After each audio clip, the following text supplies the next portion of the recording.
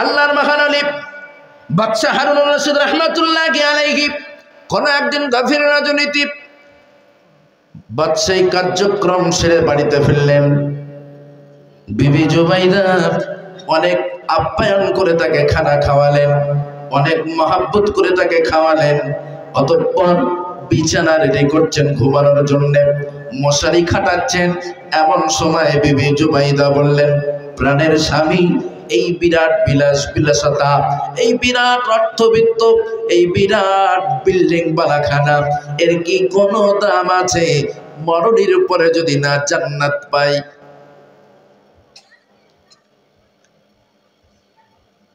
জুবাইদা স্বামীকে প্রশ্ন করছে, মরণের পরে যদি জান্নাত না পাই তাহলে দুনিয়ার এই সমস্ত কোনো দাম আছে? হারুনুর রশিদ বললেন, জুবাইদা নিশ্চিত আমি জান্নাত পাব, কারণ আমি যথেষ্ট খোদাভীরু মানুষ। 5 ওয়াক্ত নামাজ শুধু পড়ি তা নয়, পার্টিকুলার প্রতি রাত্র তাহাজ্জুদ পড়ি, ইশরাক পড়ি, ইয়ামিন পড়ি, 8 ওয়াক্ত নামাজ পড়ি এবং অনেক ন্যায় নিষ্ঠার সাথে আমি দেশ পরিচালনা করি। পক্ষপাতিত্ব করি না, মানুষদের প্রতি যথেষ্ট ইনসাফ করি, ইহসান করি। আশা করা যায় আমি মরণের পরে জান্নাত পেয়ে যাব।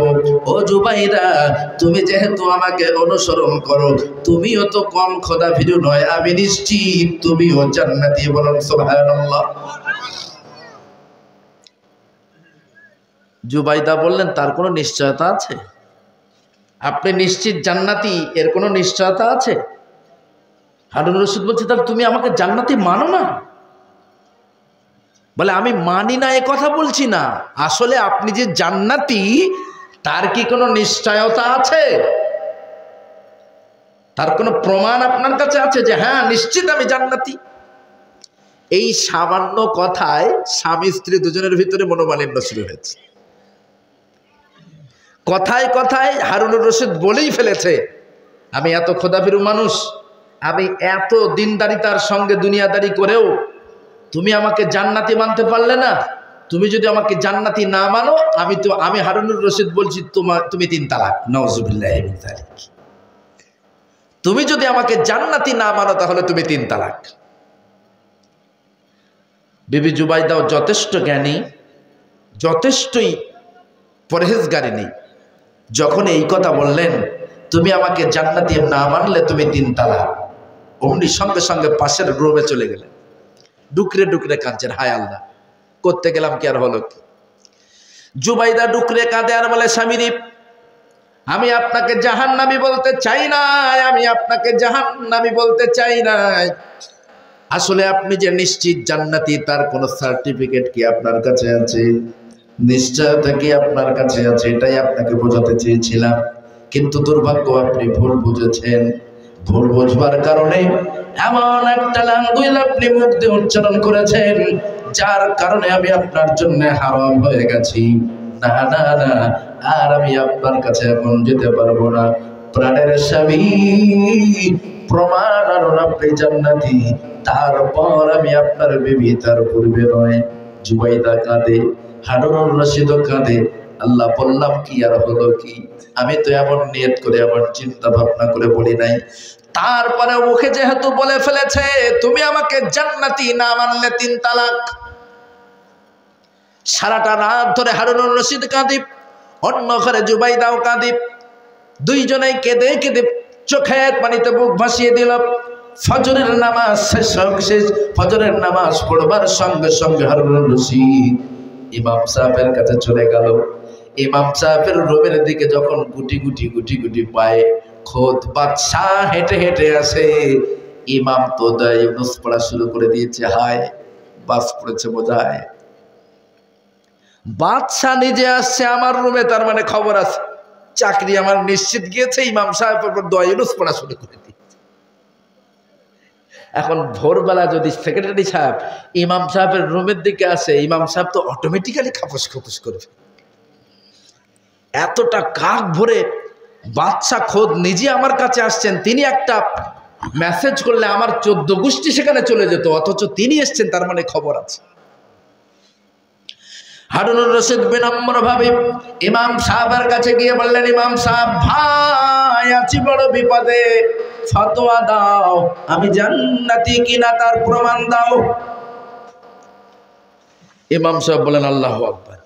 এত বড় খোদাভীরু মানুষ আপনি, পার্টিকুলার 8 ওয়াক্ত নামাজ পড়েন, আপনি জান্নাতি নয় তো কে জান্নাতি? নিশ্চিত আপনি জান্নাতি। বলে আরে ভাই তোর মুখের কথা না, দলিল দে। ইমাম সাহেব বিবি জুবাইদাকে আমি বলে ফেলেছি, আমাকে যদি না জান্নাতি মানো তুমি 3 তালাক। ও ইমাম সাহেব, জুবাইদা আমাকে বলেছেন আপনি নিশ্চিত জান্নাতি, তার প্রমাণ আনুন, তারপর আমি আপনার বিবি, নচেত আর আমি আপনার বিবি নয়। লিখিত দলিল দাও, কোরআন হাদিস দিয়ে দলিল দাও আমি জান্নাতি না জাহান্নামী।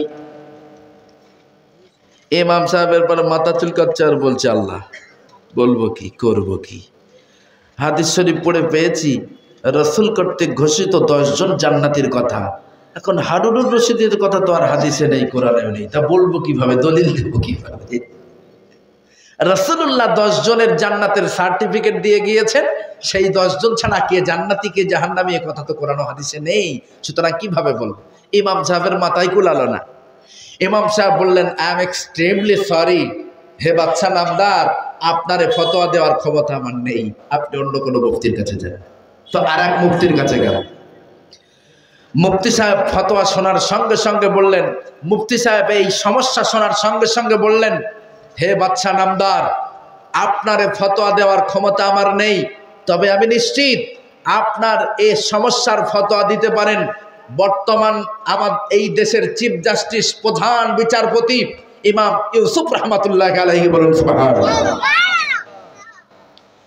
হারুনুর রশিদ মনে মনে ভাবলেন, ইমাম ইউসুফ তো আমার সহকর্মী, ইমাম ইউসুফ তো আমার সহপাঠী, একসঙ্গে পড়াশোনা করতাম, একই ক্লাসের ছাত্র আমরা, ভালোই হলো আমি তার কাছে যাই, নিশ্চিত তিনি আমার কোনো সমাধান দিয়ে দেবে। ও মুসলমান ভাইরা, এরপরে হযরত হারুনুর রশিদ রাহমাতুল্লাহ আলাইহি ইমাম আবু ইউসুফ রাহমাতুল্লাহ আলাইহির কাছে গিয়ে বললেন, ইউসুফ ভাই বড় বিপদে আছি, ছুটে এসেছি আপনার কাছে, আমাকে বিপদ থেকে উদ্ধার করুন। কি বিপদ বলুন? বলছে বিপদের কথা বলবো, তার পূর্বে আমি আপনাকে বলতে চাই আমি দেশের বাদশা, এই ভেবে আপনি আমার কথা বিবেচনা করে কিন্তু ফতোয়া দেবেন না, কোরআন ও হাদিসের আলোকে ফতোয়া দেবেন, সঠিক যেটা সেটাই। কি ফতোয়া? গত রাত্রে আমি এবং জুবাইদা দুজনের ভিতরে তর্ক বিতর্ক হতে হতে হঠাৎ করে আমি বলে ফেলেছি, তুমি যদি আমাকে জান্নাতি না মানো তাহলে তুমি 3 তালাক। এখন আমি জান্নাতি কি না তার প্রমাণ দাও। ইমাম ইউসুফ রাহমাতুল্লাহ আলাইহি দীর্ঘক্ষণ মাথা নিচু করে থাকবার পরে হঠাৎ মাথা উঁচু করার পরে হারুনুর রশিদকে ডেকে বললেন, প্রিয় ভাই হারুন, আমি আপনার কাছে একটা বিষয় জানতে চাই, বলুন আপনি কি জীবনে কোনোদিন নিশ্চিত কোনো গুনাহ করতে যে আল্লাহকে ভয় করে রিটার্ন এসেছিলেন, এমন কোন দৃষ্টান্ত আপনার জীবনে আছে?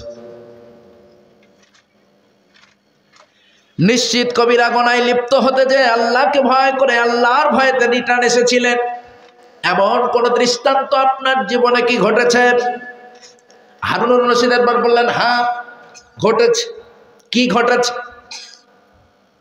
হারুনুর রশিদ চোখের পানি ছেড়ে দিয়ে কাঁদে আর বলে, ইউসুফ ভাই, পৃথিবীর কোনো মানুষ জানে না, আপনার কাছে বলতে আমার বড় লজ্জা হচ্ছে। বুঝে বলুন, সমস্যা নেই, আমানত রাখবো, খেয়ানত করবো না।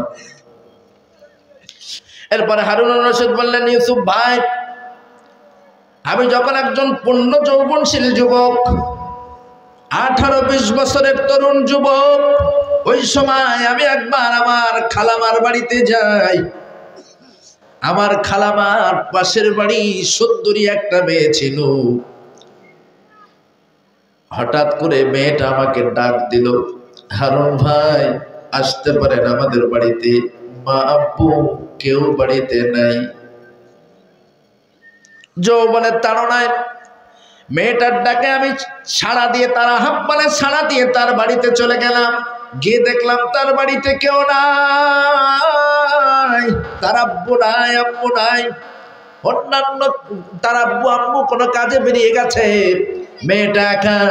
আমাকে যখন ডাকলো আমি তার বাড়িতে গেলাম, আমরা দুইজনে পাশাপাশি বসলাম, সুখ দুঃখের অনেক গল্প করলাম। এমন একটা পরিবেশ আমরা তৈরি করে ফেললাম, আমরা জেনা করতে যাব এমন পরিবেশ রেডি করে ফেলেছি। আমি মেয়েটাকে উপভোগ করতে যাব, জেনা করতে যাব, নিশ্চিত আমি জেনায় লিপ্ত হতে যাব। মেয়েটা রেডি হয়ে গেছে, আমি মেয়েটাকে উপভোগ করতে যাব। ঠিক এমন সময় আমি হারুন, আমাকে কে যেন ধাক্কা দিয়ে বলল, হারুন রে, দুনিয়ার কেউ দেখতে পায় না, কিন্তু তোর স্রষ্টা, ওই নারীর স্রষ্টা আল্লাহ রাব্বুল আলামিনের চোখকে ফাঁকি দিতে পারবি না। অমনি আমি আল্লাহু আকবার বলে লাঠি মেরে মেয়েটাকে সরিয়ে দিয়ে চলে এসেছি। ইউসুফ রাহমাতুল্লাহ আলাইহি বললেন, হারুন ভাই, ও হারুন ভাই, আজ আমি ফতোয়া দিয়ে দিলাম, আপনি একটা জান্নাতের মালিক নয়, বরং আল্লাহ আপনার জন্য দুটা জান্নাত রিজার্ভ করে রেখেছেন। বলুন সুবহানাল্লাহ। বুঝছো প্রমাণ? কোরআন শরীফের সূরা রহমান থেকে একটা আয়াতে কারিমা তুলে দিয়ে বললেন, ওয়ালিমান খাফা মাকাম রাব্বিহি জান্নাতান। যে আল্লাহর ভয়েতে নিশ্চিত কবিরা গুনাহ থেকে ফিরে আসতে পারে, আল্লাহর ভয়ে যে নিশ্চিত কবিরা গুনাহ থেকে নিজেকে সংযত রাখতে পারে, আল্লাহ রাব্বুল আলামিন তার জন্য দুটো জান্নাতের ঘোষণা দিয়েছেন। সুতরাং প্রিয় ভাইরা আমার, কিসের মোহে পড়ে আপনি আল্লাহ হতে দূরে সরে গেছেন? কিসের মোহে পড়ে আপনি আল্লাহ থেকে দূরে সরে গিয়েছেন? বিশ্বাস করুন, আল্লাহ ছাড়া কোনো গতি নাই। সামান্য 2 সেকেন্ডের দুনিয়ায় আজ আমি আপনি দুনিয়ার মোহে পড়ে রঙিন তামাশায় মেতে যে আল্লাহ ভোলা হয়ে যে আমরা আমাদের পরকালগুলোকে শেষ করে দিলাম। অথচ একই আয়াতের ভিতরে আল্লাহ রাব্বুল আলামিন 5টা বিষয় উল্লেখ করেছেন। পারা নাম্বার 21, পৃষ্ঠা নাম্বার 13, সূরার নাম সূরা লোকমান, আয়াত নাম্বার 34, 34, 21 পারা 13 পৃষ্ঠার শেষ আয়াত, সূরা লোকমানের শেষ আয়াত। স্পষ্ট আল্লাহ বলেছেন, ইন্নাল্লাহা, নিশ্চয়ই আল্লাহ, ইনদাহু ইলমুস সাআহ, কিয়ামত কবে হবে একমাত্র আল্লাহই জানেন, অন্য কেউ নয়। ওয়া ইউনাজ্জিলুল গায়স, এবং কখন কোথায় কতটা বৃষ্টি বর্ষণ হবে জানেন একমাত্র আল্লাহ। ওয়া ইয়ালামু মা ফিল আরহাম, মাতৃগর্ভে কি সন্তান দেওয়া হবে জানেন একমাত্র আল্লাহ। ওয়া মা তাদরি নাফসুম মাযা তাকসিবু গাদা, এবং আগামীকাল আপনার জন্য কোথায় কত টাকা রিজিক সিলেক্ট করে রেখেছেন জানেন একমাত্র আল্লাহ। ওয়া মা তাদরি নাফসুম বিআইয়ি আরদিন তামুত, কখন কোথায় আপনার মৃত্যু হবে জানেন একমাত্র আল্লাহ। একটাই আয়াতে 5টা সাবজেক্ট আল্লাহ তুলে দিয়েছেন। এই আয়াতটার উপরে যদি মুমিনেরা ঈমান আনে, কোরআনের আর বাকি আয়াত পড়া লাগবে না। আমাদের দুনিয়ার প্রত্যেকটা কর্ম এই 5টা বিষয়ের সঙ্গে জড়িত। যারা পরকালকে অস্বীকার করে, এই আয়াতে স্পষ্ট আল্লাহ বলছেন কিয়ামত হবেই, তবে কবে হবে জানি একমাত্র আমি আল্লাহ। ওয়া ইউনাজ্জিলুল গায়স, কখন কোথায় কতটা বৃষ্টি বর্ষণ হবে জানেন আল্লাহ। ওয়া ইয়ালামু মা ফিল আরহাম, মাতৃগর্ভে কি সন্তান দেওয়া হবে সেটা একমাত্র আমি আল্লাহ, আমার অধীনে। পৃথিবীর কোন মানুষের কোন নেতৃত্ব কর্তৃত্ব এই 5টা বিষয়ের উপরে নাই নাই নাই। ওয়া মা তাদরি নাফসুম মাযা তাকসিবু গাদা, ও বান্দা, তোমার হোল লাইফে কত টাকা তুমি ইনকাম করবে বান্দা, আমি মালিক আমার পক্ষ থেকে তোমার জন্য সিলেক্ট করা আছে। তুমি তোমার হোল লাইফে 5 লাখ টাকা ইনকাম করবে নাকি 15 লাখ টাকা ইনকাম করবে, বান্দারে হালাল পন্থায় আমি আল্লাহ সেগুলা তোমার হাতে তুলে দেব। বলুন সুবহানাল্লাহ। যদি আমার লাইফে থাকে 10 লাখ, কবর থেকে উঠে এসে আমার বাবাও 11 লাখ করতে পারবে না। যদি আমার লাইফে থাকে 12 লাখ, সারা পৃথিবীবাসীর চেষ্টা করেও আমার 12 লাখ থেকে 1 লাখ কমিয়ে দিতে পারবে না। কথাটা কার? জোরে বলেন, কথাটা কার? আল্লাহ। যদি আল্লাহরই হবে, আল্লাহর কালামের কথা, তাহলে কেন নির্লজ্জের মতো আমরা হারাম পন্থা অবলম্বন করে অর্থ উপার্জন করতে যাব? সমাজে এমন অনেক মানুষ আছে রাতারাতি বড়লোক হতে জীব, লটারির পর লটারি, লটারি কেটে কেটে নিঃশেষ হয়ে যাচ্ছে। লটারি কাটতে কাটতে বউদের গয়নাগাতিগুলো শেষ করে দিয়েছে। বেশি দিন না, গত কয়েকদিনের আগের কথা, এক নারী এসে কাঁদে আমার কাছে, বলে হুজুর কি বলবো, লজ্জার কথা। কি হয়েছে? বলে আমাদের ওই সোরটা, বলে সোর মানে? বলে আমাদের ওই কচির বাপ, স্বামীর ব্যাপারে স্ত্রী বলছে আমাদের ওই সোরটা। আমি হুই সোর? তো বলছে আমাদের ওই কচির বাপ। বলছে স্বামী রেখে সোর বলে? বলছে তার কি বলবো? বলছি কেন এরকম বলছো কেন? বলছে অ্যাট ফার্স্ট আমার মাকড়ি দুটোকে শেষ করে দিল, তারপর আমার হাতের চুড়িগুলাকে শেষ করলো। একটাই মাত্র বাপের দেওয়া স্মৃতি আমার করার হাতটা আছে। গত রাত্রে আমার কাছে এসে বলল, বিবিরে পিঠে দেওয়াল থেকে গেছে, সমাজে অনেক ঋণ করে ফেলেছি, তোমার হাতটা দাও, বন্ধক দিয়ে 50,000 টাকা এনে সেগুলো পরিশোধ করে নাহলে পিঠের চামড়া থাকবে না। আমি সব দিয়েছি, বাপের দেওয়া স্মৃতি, এই হার আর হাতছাড়া করবো না। মাকড়ি দিলাম, চুড়ি দিলাম, হারটা অন্তত আর দেবো না। না দেওয়ার কারণে কালী পুজোর ঢোল আবার পিঠে ইচ্ছা মতো চাপালো। এমন পরিস্থিতি, মহিলাটা গায়ের কাপড় সরিয়ে আমাকে দেখাতে চায়, আল্লাহর রাস্তায় মাফ চাই, আমি তোমার জন্য পরপুরুষ, তুমি কাপড় সরিও না। বলেছ আমি বুঝতে পেরেছি। মহিলাদের গায়ে পুরুষেরা যখন হাত চাপায় অতিরিক্ত বেশি লাগে, কারণ মায়েদের গা বড় নরম, মহিলাদের গা বড় কোমল, পুরুষদের হাত বড় শক্ত। এই শক্ত হাত, মহিলাদের শক্ত হাত দিয়ে মহিলাদেরকে মারা হলে তারা খুবই কষ্ট পায়। সাবধান, মারতে পারবেন না, কয়েকটি প্রয়োজন ছাড়া, কয়েকটি কারণ ছাড়া। বিবি যদি নামাজে গাফিলাতে পারে তাহলে মারতে পারেন, রোজা যদি না রাখে সুস্থ অবস্থায় তাহলে মারতে পারেন, শরীয়ত খেলাফি কাজ করলে মারতে পারেন, অবাধ্য হলে মারতে পারেন, তবে লাঠি ছোটা দিয়ে নয়।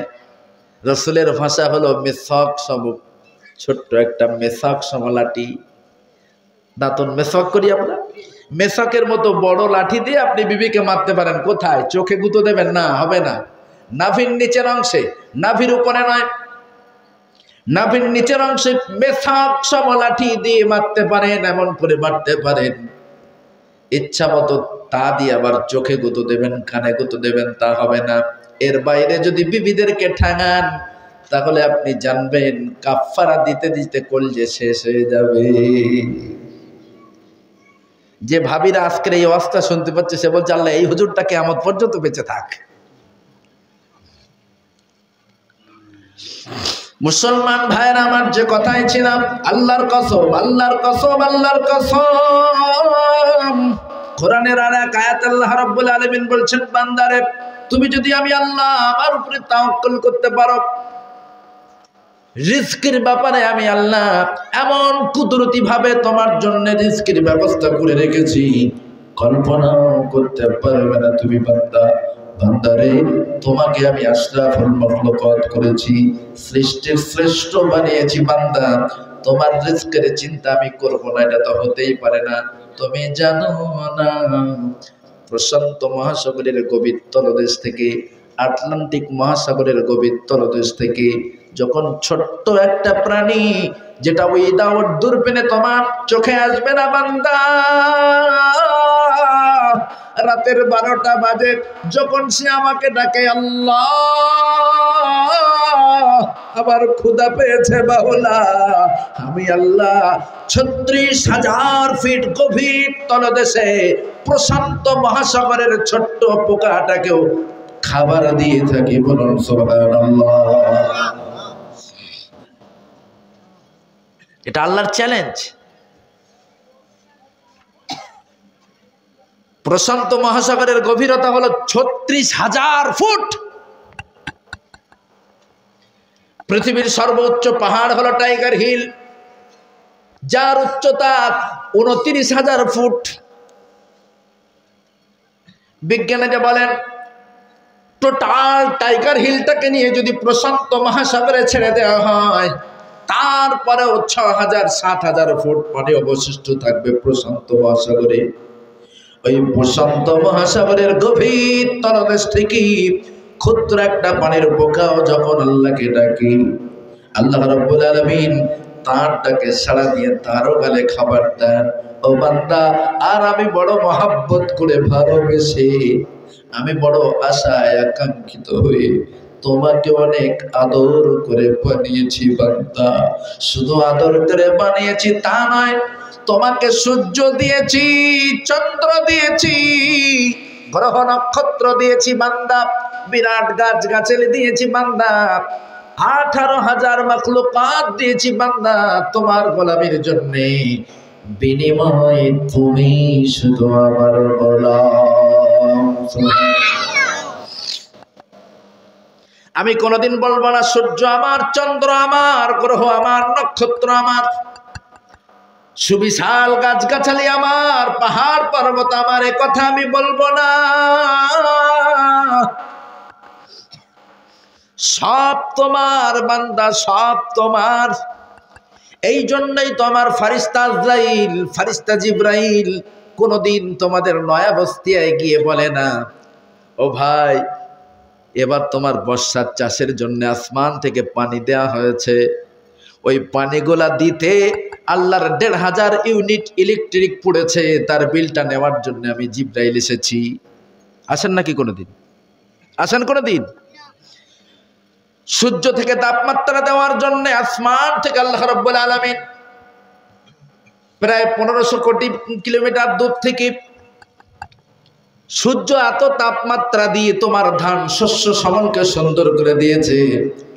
এর জন্য কোনোদিন জিব্রাইল এসে বলবে না, ভাই তোমার ওই ধানগুলাকে পাকিয়ে তোলার জন্য তাপমাত্রা দিতে আল্লাহ রাব্বুল আলামিনের ইলেকট্রিক পড়েছে 2000 ইউনিট, তার বিল নেওয়ার জন্য আমি জিব্রাইল এসেছি, দাও।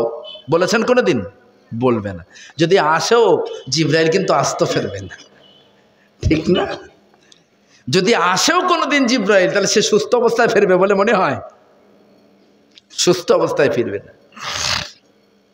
আল্লাহ রাব্বুল আলামিন বলে, বান্দা একবার বিবেচনা করে দেখো, তুমি যখন কলিকাতায় যাও, কোনো টাউনে যাও, এয়ারপোর্টে যাও, আমি তো অবাক, বড় বড় বোতল দেখলাম। বললাম ভাই কত? বলে 25 টাকা। আমি বললাম ব্যাগে ধরবে না, ছোট্ট একটা বোতল, ছোট্ট একটা পানির বোতল নিলাম, পেঁচ কেটেই খাওয়া শুরু করলাম। পে করার সময় টাকা দিলাম 100 টাকার নোট, আমাকে রিটার্ন করছে 30 টাকা। 500 ml পানি নিল 70 টাকা এয়ারপোর্টের ভিতরে। 500 ml পানি 70 টাকা নিলাম, যে হোয়াট ইজ দিস? আমি দেখছিটা কি? আমি এটার দাম জিজ্ঞাসা করলাম 1 লিটার, বললেন 25 টাকা, আর হাফ লিটার এটা, আপনি এটা আমার কাছে 70 টাকা নেবেন কেন? তা বলছে এ ব্র্যান্ড আলাদা, এটা এক ব্র্যান্ডের মাল, এটা আর এক ব্র্যান্ডের মাল। যাই হোক, এখন নর্মালি 20 টাকার কম আপনি 1 লিটার পানি পাবেন না কলিকাতায়। কলিকাতায় যে 1 লিটার পানি নিতে হলে আপনার 20 টাকা লাগবে। এভাবে করে এভরিডে কত লিটার পানি আপনি খান? ও আল্লাহর গোলাম, আল্লাহ রাব্বুল আলামিন প্রতি লিটার 20 টাকা হিসাবে যদি আপনার কাছে দাবি করেন, তাহলে তো দিশাহারা হয়ে যাবেন। বিজ্ঞানীরা বলেন একজন সুস্থ মানুষকে বেঁচে থাকতে এভরিডে 24 লিটার করে মুক্ত অক্সিজেন লাগে। কত লিটার? 24 লিটার। হঠাৎ করে যখন দম আটকে যায়, অক্সিজেনের প্রয়োজন হলে আমাদেরকে যখন হসপিটালে নিয়ে যায়, হসপিটালে নিয়ে যে আমাদেরকে অক্সিজেন কিনে নিতে হয়, নার্সিং হোমে গেলে, হসপিটালে গেলে অক্সিজেন কিনে নিতে হয়। প্রতিদিন 24 লিটার করে অক্সিজেন মাওলা তোমারে দিয়েছে। কোনদিন ফেরেশতা জিবরাইলকে বিল নেওয়ার জন্য পাঠাইনি। আল্লাহ রাব্বুল আলামিন অফুরন্ত পানি তোমাকে দিয়েছে, কোনদিন আল্লাহ রাব্বুল আলামিন জিবরিলকে পাঠাইনি।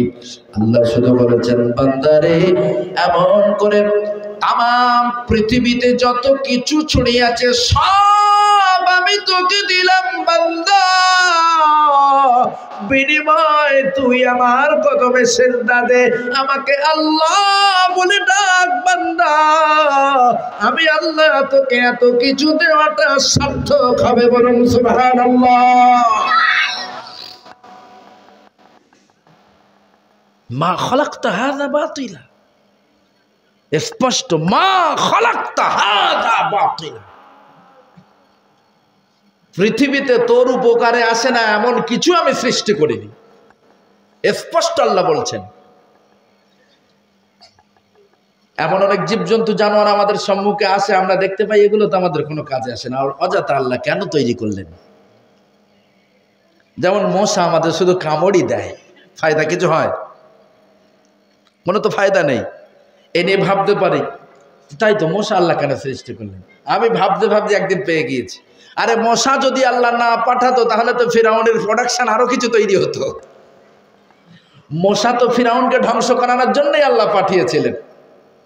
ওই জন্যে আল্লাহ ডাইরেক্ট দাবি করছেন, মা খালাকতা হাযা বাতিলা, একটা কিছু তোমার অপ্রয়োজনে নয়। ডিরেক্ট আমাদের প্রয়োজন না হলেও ইনডাইরেক্ট আমাদের প্রয়োজনের জন্য আল্লাহ রাব্বুল আলামিন সবকিছুই পাঠিয়েছেন। তাই বলবো আল্লাহর গোলাম, আজই আমরা অন্তরের অন্তঃস্থল থেকে তওবা করি, মাবুদকে ভয় করি, ভয় করবার মতো ভয় করি। যদি আল্লাহর উপরে দৃঢ়তার সঙ্গে ঈমান আনতে পারি, স্পষ্ট আল্লাহ বলছেন, ইন্নাল্লাযীনা ক্বালু রাব্বুনাল্লাহ সুম্মা ইসতাকামু তাতানাজ্জালু আলাইহিমুল মালায়েকা। যারা আমি আল্লাহ আমাকে রব বলে স্বীকার করে নেবে, ইন্নাল্লাযীনা ক্বালু রাব্বুনাল্লাহ, যারা স্বীকার করে নেয় আল্লাহ আমার রব, আল্লাহ আমার সব, আল্লাহ আমার স্রষ্টা, এবং তার উপরে দৃঢ়তার সঙ্গে যদি স্টিল অনার থাকতে পারে, সুম্মা ইসতাকামু, মামলা মোকদ্দমা জেল জরিমানা বন্দুকের নলের সম্মুখেও যদি তারা স্টিল থাকতে পারে, তার উপরে জীবন চলে যাবে রাজি আছি, আল্লাহর প্রতি ঈমান ছাড়তে রাজি নাই, আল্লাহকে রব বলতে আমরা এক বিন্দু পরিমাণ দ্বিধাবোধ করব না। ও মুসলমান ভাইরা, টিভি টেলিভিশনের পর্দায় দেখেন, চোখ রাখেন, ছোট্ট ছোট্ট ফিলিস্তিনি বাবারা, ছোট্ট ছোট্ট ফিলিস্তিনি বোনেরা, ছোট্ট ছোট্ট ফিলিস্তিনি ভাইরা আল্লাহ রাব্বুল আলামিনকে স্মরণ করে কিভাবে দৃঢ়তার সঙ্গে জিহাদি মনোভাব নিয়ে পৃথিবীর মুসলমানদের চিরশত্রু ইহুদিদের বিরুদ্ধে ডাইরেক্ট মন্তব্য করছে। তোর বন্দুকের নলকে ভয় করি না, ভয় করি আমার আল্লাহকে। আল্লাহ আমার স্রষ্টা, আল্লাহ আমার সব, আল্লাহ আমার রব। আর আমরা মুসলমান বাপ দাদুর রেখে যাওয়া পৈতৃক সম্পত্তির ন্যায় পেয়েছি ইসলাম।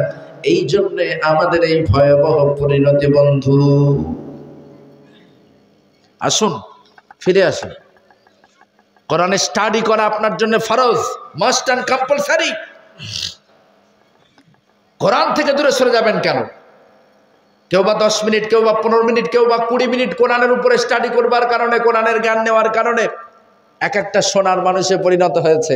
আর আমরা 1400 বছর ধরে কোরআনের উপরে স্টাডি করলাম, কোরআনের উপরে জ্ঞান অর্জন করলাম, বিশ্বনবীর হাদিস নিয়ে স্টাডি করলাম, জ্ঞান অর্জন করলাম। সর্বোপরি নিট রেজাল্ট হলো এটাই, আজ আমাদের ঘরের সলিমউদ্দিন, আব্দুল করিম, আব্দুল গফফারেরা নাম কত সুন্দর, সলিমউদ্দিন, আব্দুল করিম, আব্দুল গফফার, আব্দুর রহমান, আব্দুল সালাম, অথচ পাশ দিয়ে পেরিয়ে গেলে কি জানি একটা গন্ধ নাকে আসে। আবার কখনো কখনো এমনটাও দেখা যায় এত খাওয়া খায়, রাস্তার পাশের গাছগুলাকেও মানুষ দেখে, গাছ ধরে ঠেলে আর বলে ওই সর সাইড দিয়ে আমি যাব। নিজে চোখে দেখেছি, মিথ্যা বলছি না। আবুল কালাম আজাদ অন্তত মঞ্চে এসে কোনো রং ঢং দেওয়া কথা মিথ্যা করে বলে না। রাস্তার সাইডের গাছ ধরে ঠেলছে, বলছে ওই সর সাইড দে, আমি যাচ্ছি দেখতে পাচ্ছিস না? চিন্তা করে দেখেন। আচ্ছা বলেন তো, এটা কি হিন্দু সম্প্রদায়ের মানুষ হতে পারে? না। আমি নিজে একদিন দেখেছি, এক মুসলমান ছেলে মদ খেয়ে মাতলামি করতে করতে যাচ্ছে, ধুতি পরা হিন্দু কাকু তাকে ডেকে বলছে, এই তুমি না মুসলমান? কি সুন্দর কথা, তুমি না মুসলমান? তোমার বাবা না অমুক? তিনি তো বড্ড ভালো মানুষ ছিল, কিন্তু তুমি আজকে মদ খেয়ে এভাবে মাতলামি করতে করতে যাচ্ছ, কি ব্যাপার? তুমি মুসলমান? তোমার ধর্মে তো মদ জায়েজ নাই, এটা আমার জানা আছে। হিন্দু মানুষ তাকে উপদেশ দিচ্ছে। মুসলমান ভাইরা আমার, হ্যাঁ, দিস ইজ মাই চ্যালেঞ্জ। আজ আমি আপনার কাছে চ্যালেঞ্জ করে বলে গেলাম, নবীর সুন্নাহের মাপকাঠি অনুযায়ী, কোরআনের আইন ও কানুন অনুযায়ী আমি আপনি যদি চলতে পারি, কোরআন সুন্নাহকে বুকে নিয়ে যদি চলতে পারি, আজ আমার বিরুদ্ধে আপনার বিরুদ্ধে কথা বলবার মতো অনেক ইঁদুর বাদর ভারতের মানচিত্রে আছে। অনেকে আপনাকে বলতে পারে, ও মুসলমান চলে যাও পাকিস্তান, না হলে পাঠাবো গুলিস্তান। এমন কথা অনেকেই বলতে পারে বটে, কিন্তু আমি আপনাকে চ্যালেঞ্জ করে বলে গেলাম, আপনি হুবহু কোরআন সুন্নাহর আইন অনুযায়ী চলেন, বিশ্বাস করুন তারা কোনোদিন আপনার বিরুদ্ধে মন্তব্য করতে পারবে না। নিশ্চিত আমাদেরও কিছু ফল্ট আছে যার কারণে তারা আমাদের বিরুদ্ধে মন্তব্য করে।